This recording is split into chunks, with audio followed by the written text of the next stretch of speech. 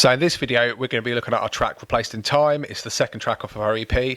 And again, same as the other ones, we're going to sort of talk through everything inspiration-wise and decision-making process, not just purely what we've been using.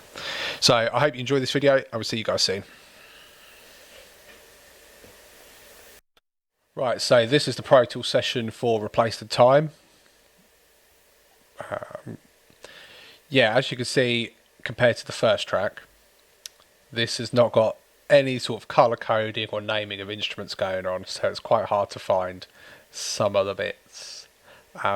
That's because I'm not very clever. So this song, I believe this was the first song we wrote together. Yeah. Before we had like a name or anything. It was like literally the first thing we wrote together ended up being this song. So I guess as a result of that, nearly everything on this track, bar the drums, uses Omnisphere instead of the Arturia stuff, which we use a lot more now. And that's because at the time neither of us had the Arturia suite. But I mean, I really rate Omnisphere. I think it's one of the best software synths you can buy. So I'm not saying we use Arturia because it's better or anything like that. I just think sometimes with Arturia, one of the things I like about it is that if I'm in a particular section of a song and I think, oh, I really want like a Prophet sound or like a Juno sound or something like that, it's very easy to pull that up, put some chords into it, and then tweak your sound because it is laid out in the program like the actual synthesizer. So it's a bit more tactile than how you do it in Omnisphere. Like Omnisphere's got like great Prophet sounds in it as an example, but you tweak the sound using the synthesizer within Omnisphere, which is its own kind of engine. But the program being laid out like the actual hardware synth with the Arturia stuff, I think makes it a bit accessible and a bit quicker to tweak. But the range of stuff Omnisphere does is just incredible, and I still think it's one of the best tools you can buy if you're after software synths. I would say with Arturia, because then, as we've probably said in previous videos, we've both got it, so it's kind of we can kind of jump between much more easily. Yeah, that's definitely a factor. Is that, you know, if you write something or I write something, it's easier for us to kind of pass stuff back and forth, and you know, there's some of the stuff gels together quite nicely as well. So it's good for both of us having that same tool. We have got down here, I believe, this line here, which I'm actually going to colour so you can see it amongst the sea of brown. This is a real old session because it's not changing my clips, so we'll just ignore that. Anyway, this line here, this is a Jupiter, Arturia Jupiter. So if I just open that up. So you can kind of see what I mean already. Like this is, if I want to tweak the sound, I've got it laid out like an actual Jupiter. It makes it very easy to change stuff around. So I'll just quickly play that. So many buttons.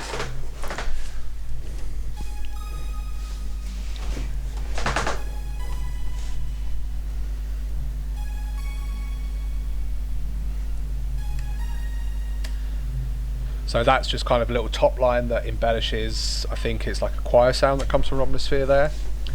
Yeah. So if I just freeze that back up. So the other thing that is from Arturia is here. If I just quickly solo that out, this is a Prophet.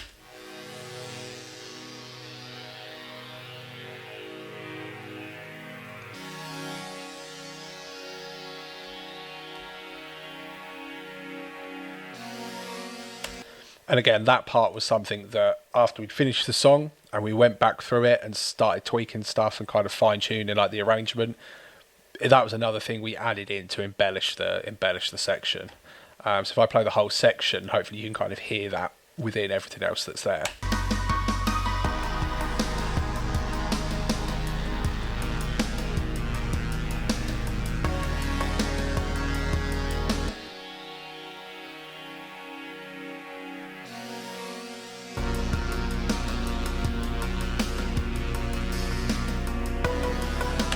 So it's quite subtle, but it was just something we added back in to kind of highlight certain parts of those chords.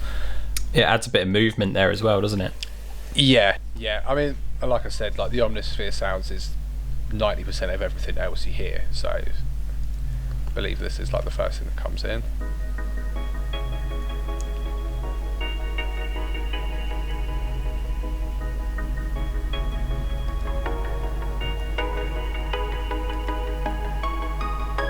So they're like the kind of the three kind of melody-ish parts of that kind of section.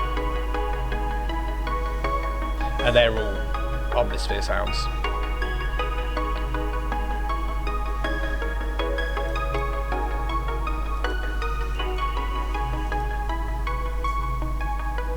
Yeah, so like Omnisphere sounds amazing, but yeah, it was just like, for the reasons we've already talked about, is kind of why as we get through the other tracks, there'll be more and more Arturia coming up. Is there any particular part of the song you want to start talking through? I mean, there's obviously the drums to come. Oh yeah, not even mentioned the drums. So the drums are using Superior Drummer 3 for all the sounds, for everything. Yeah, this would have been in the world before I had the program too. So I forget how exactly we did it. Perhaps because I could still program stuff my side, so I would use another program. I think I was using Slate Drums or something. Yeah. I might not have even had the electric kit. So no, I don't think you did. I think this was a combination, like you said, you had Slate Drums before you had Superior, and I think you either did this with your little Novation pad, or you like literally sat there with the pencil and clicked everything in. Yeah, I wouldn't wish the pencil on anyone for an entire song, because in order to make it sound... I love it. Oh, really? Yeah, so easy. Oh, fair. But being a drummer, I can't see a drum kit and play it, so... This is very true, pretty good at using the pencil. Best of both worlds, yeah. I think that sitting there kind of playing on I might have even had is it an Akai? I forget the stuff that I've got. Yeah, you had some kind of like little beat pad thing. Yeah, so I could then, this is before as you can see behind me, the Roland kit. It gives your drumming, or the drums that you program in, its own flavour, because there's certain things that you can and can't do, and so everything's using your hands. There's no like feet involved. So with this, I think, because as Alex said earlier, the first sort of track that we're writing, we're sort of establishing our sound, and so there's, I'd say, kind of hip hop elements to the drums. It's a bit more of a sort of straightforward beat, unlike the intro, which is very, very stylized towards the concept. This is just get it moving. Yeah, and I think even with some of the other tracks that come later in the EP, you can hear the difference from when you had the ability to actually play the drums like a drum kit and like this song. Because like you say, this is pretty straightforward beats all the way through, and they do kind of have that like hip hop relation with like what the kick's doing to the snare and stuff. It's I sort of think if this was on a drum machine, so like half of the beats in this song would be like what you would expect from like a kind of electronic song, rather than using it like an acoustic kit. Even though it's the samples of acoustic kits, we've tried to approach it like it's actually being played by a drummer. And and I think with particularly, I can't remember the names of the tracks, obviously, because we called them ridiculous things. But I believe it's Discovery or something. It's one of the other tracks. You can the difference between the drums on this and that is obvious that at that point you were playing it on an acoustic kit. Well, on an electric kit, like an actual drummer. Yeah. Well, this speaks to, similar to the stuff you were saying about the other sphere, Omnisphere. I'll edit that out. Similar to what you were saying about Omnisphere, it, like, I suppose our progression as sort of musicians or whatever over the time that we've been writing this EP, things start to appear, things start to get kind of more sophisticated, or we learn approaches to things. But I don't think that in any way detracts, because then once we sort of swung back round to then sort of mixing this, we weren't so horrified by what we'd created, say, like 3 or 4 months previously, that we had to change it. Oh no, I still really like this song. I think I want to say it's my second favourite. Oh, from the whole EP. Big claim. Not that you should have favourite children, but yeah, everyone does. Yeah. And sort of this, because of when this was written and sort of the restrictions we had at that time, which were even greater than we still have now, due to a whole bunch of different reasons. There's no guitar in this song at all, which is something I want to touch on, because, you know, by trade I am a guitar player and this is all synths. But there's two things with that, is that a lot of the time I'll write the chords on guitar and then I'll program them in and arrange them as if they were being played on like a keyboard, just because I have enough knowledge of playing keyboard to be able to do that. I can play, but not very well, but I've studied like arrangement and orchestration and stuff, so I know how chords should be voiced for certain instruments, say. Or I use a handy plugin called MIDI Guitar 2 by Jam Origin, and that literally takes the audio signal of my DI'd guitar, converts it into a MIDI signal, and then I can play these synthesizers using my guitar, basically. And that's very useful as a guitar player, to be able to use all of my knowledge of playing guitar to play. Essentially, I use it to play like the piano. I use my normal electric guitar to play the piano, which you can find. I've done a video of that on my YouTube channel about how that works, and also on our Instagram, on the Avatar Music Instagram, there's a little snippet of me doing that. I'm playing my guitar, but the sound coming out is piano. So that's something just, you know, I wanted to touch on, because I think there's more songs on this EP that don't have any guitar in at all than that do have guitar. We were just sort of figuring out, I think, when we started this, where our own instruments were going to fit in, because obviously, having come from, as we've discussed in other videos, a band where we all sit down in, you know, behind our instruments and such, like, we've got all these thousands of synth possibilities, so then our, you know, drums and things and the guitar are just one of those voices. So it was a decision as to where they fit in proceedings.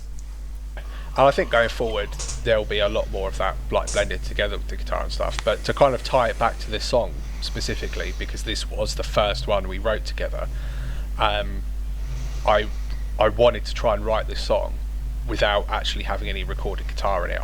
Even though I was writing the parts on guitar, or, you know, programming them in certain ways, or I did play some of them in on my keyboard as well, but I really wanted to make it a conscious effort to not have any guitar in this song, because we talked about what we were going to do, like stylistically, like working together, what kind of songs we were going to write, and we sort of spoke about this like a bit more electronically and weird and synthy. That was part of the choice, was like, right, no recorded guitar in this song, it's all going to be synth, so I've got to do it all using my plugins or whatever. Hopefully when my studio's finished I can do it with some actual synths, not just plugins, but, you know, plugins are extremely convenient. But yeah, so I just wanted to touch on that, like why there's no guitar in this song specifically, and kind of how that kind of fits with everything. Yeah, one of the many aesthetic choices that we'll touch on in this series of videos. Oh yeah, and there is also that as well, like this song was written before we had any thoughts on that whatsoever, like any kind of concepts of names, even like name of project and stuff like that, and kind of this idea that we've touched on before with the mech and things like that. So one of the things I like in this song is kind of similar to speaking about the gong in the last video with Emergence. Yeah, it's just a very specific sound, like this sound.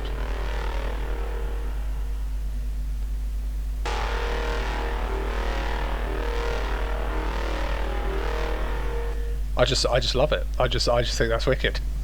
Yep. Yep. That's another Omnisphere job. Yeah, so that's Omnisphere, and then it's been processed a lot to get it to that point.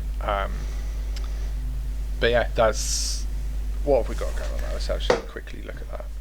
You've have you labelled that? Oh, Dirty Synth Lead. Yeah, I've labelled the bus that's running through. Would you look at that? Yeah. I'm so professional.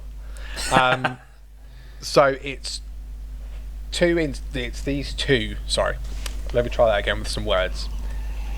These two highlighted clips here, what make up that sound? That's two different sounds on Omnisphere that are then feeding a bus. And the bus it's got Neutron on it to give it some EQ, compression, and it's got an exciter on it as well, just to bring out certain frequencies with it, because it's quite a low sound. But I didn't want to basically make it muddy. Yeah. It's got some reverb on it as well to help it kind of sit in with everything. Everything needs reverb. Yeah, everything does need reverb. But what gives it that kind of distorted sound to it is Decapitator. That's squashing it, and that's what makes it sound a bit nasty. Again, it's subtle. Growling sort of drone sounds are so common in dancey sort of drum and bass kind of music. So then, nice little segue into. Could you just play that with the drums so we can see? So what I just want to do is actually, when I said it was subtle, that was a big old lie, because the difference is this. So this is which is very quiet, and the growl was still there, but with Decapitator, that brings it right up, adds a bit more drive, but it really adds kind of that weight to it. Yeah. So that's like one of it's very bizarre small thing that I really like within the track, but yeah. So if I'm just I'll freeze that up, and then we'll do your bit on the drums. Yeah, sure. Yeah, because that tape saturation just makes everything sound better. You're now going to say that that's not actually tape saturation. It's not tape saturation.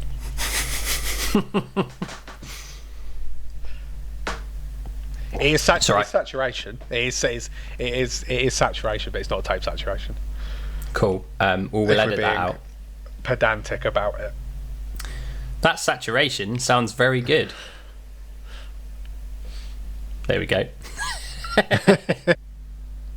You were saying. Yeah. You were saying about it. So, Alex, if you could just play that section with the drums. Whole section, or please. Just drums and the drone? Drums and the drone, please. Drums and the drone. Right, give me 2 seconds. So, if we hear that.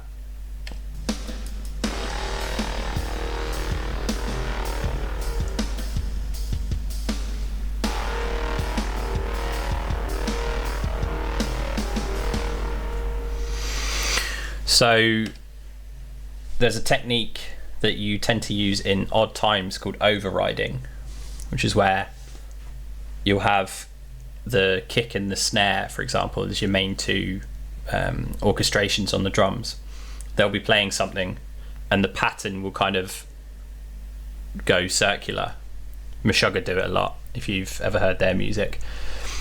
But the idea then is that what the hi-hats are doing is slightly removed from the kick and the snare, and so you've got the da da da da da da da da, and that is kind of like offbeat, or there's an effect there, which, as the song was then kind of winding down to a close and there was that drone, I wanted to make it sound quite sort of progressive and just a little bit funky, basically. Yeah, because that's the thing, isn't it? Like